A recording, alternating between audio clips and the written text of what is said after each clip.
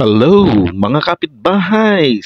Tara at samahan po ninyo ako habang niluluto natin ang chicken salpicao. At lahat yan kapitbahay ay ihahatid namin sa inyo pagkalipas ng ating intro.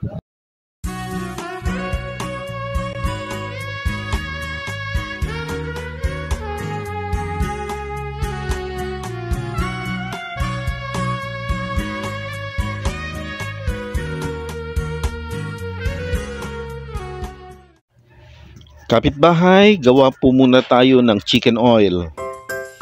Balat po ng manok yan, ipiprito natin para sumabog ang kanyang katas sa ating mantika.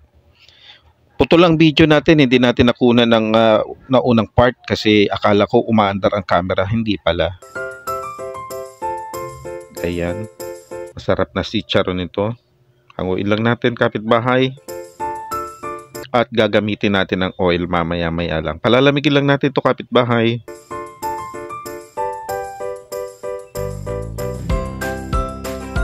At eto na po ang ating chicken oil. Malamig pa yan. Lagay na natin sa pan. At habang malamig pa siya ay ilagay na natin ang ating bawang.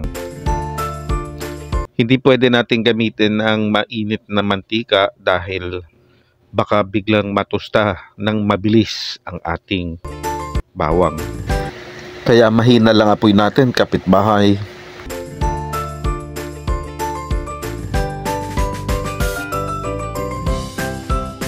Hahanguin lang natin ito kapitbahay at isi-set aside lang natin.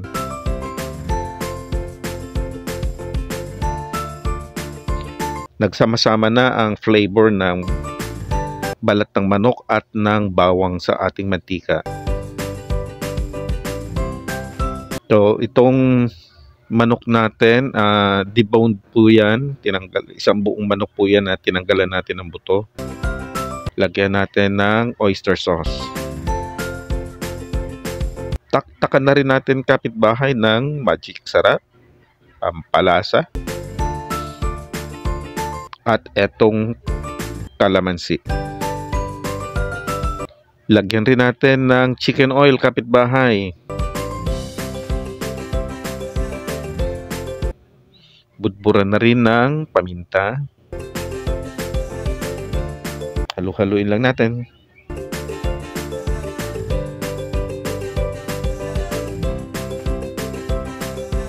Ihabol na rin natin kapitbahay ang toyo.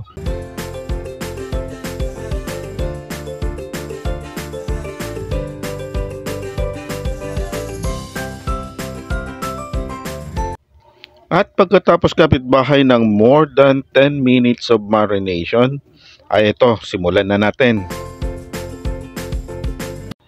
So ito, maggigisa tayo dito kapitbahay. Yung ating chicken oil at saka garlic oil. Binuhos natin at igigisa natin itong ating button mushroom. Pasasabukin natin kapitbahay ang kanyang samyo, ang kanyang flavor. Kinakailangan is mambulat. Ayan, at dahil sa sumambulat na ang lasa at katas ng ating button mushroom, ay ilagay naman natin ang ating chicken na binabad kanina lamang.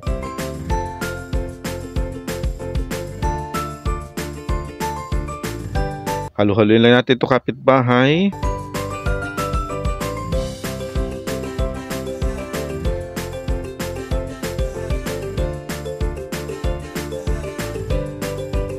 Pahabulan natin kapitbahay ng oyster sauce.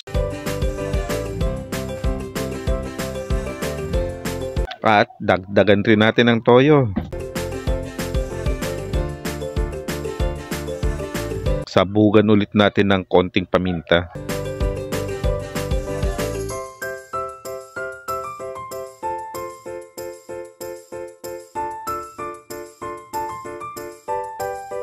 Pansin nyo kapitbahay, kumakatas siya, nagtutubig.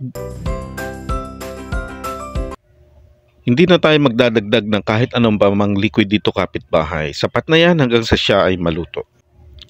Budburan na rin natin ng asukal ito kapitbahay, pambalanse lamang ito ng kanyang alat.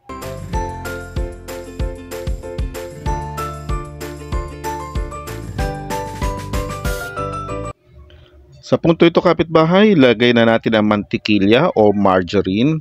Pwede rin dyan na ilagay ang butter.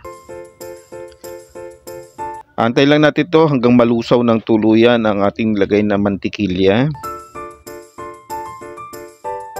At syempre habang inaantay nating malusaw ang mantikilya, ay kasabay rin ito kapitbahay ay unti-unti na ring natutuyo ang liquid na nandirito sa ating niluluto ngayon.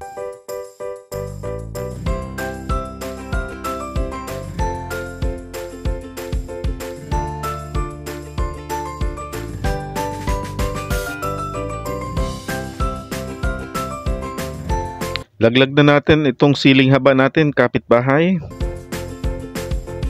At saka pala kapitbahay, lalo na doon sa mga hindi pa nakasubscribe, pakisubscribe naman po sa ating channel. At pakipindot na rin po notification bell para ma-notify po kayo sakaling may bago tayong upload na video. Ito nga palang bawang kapitbahay, budbud na natin.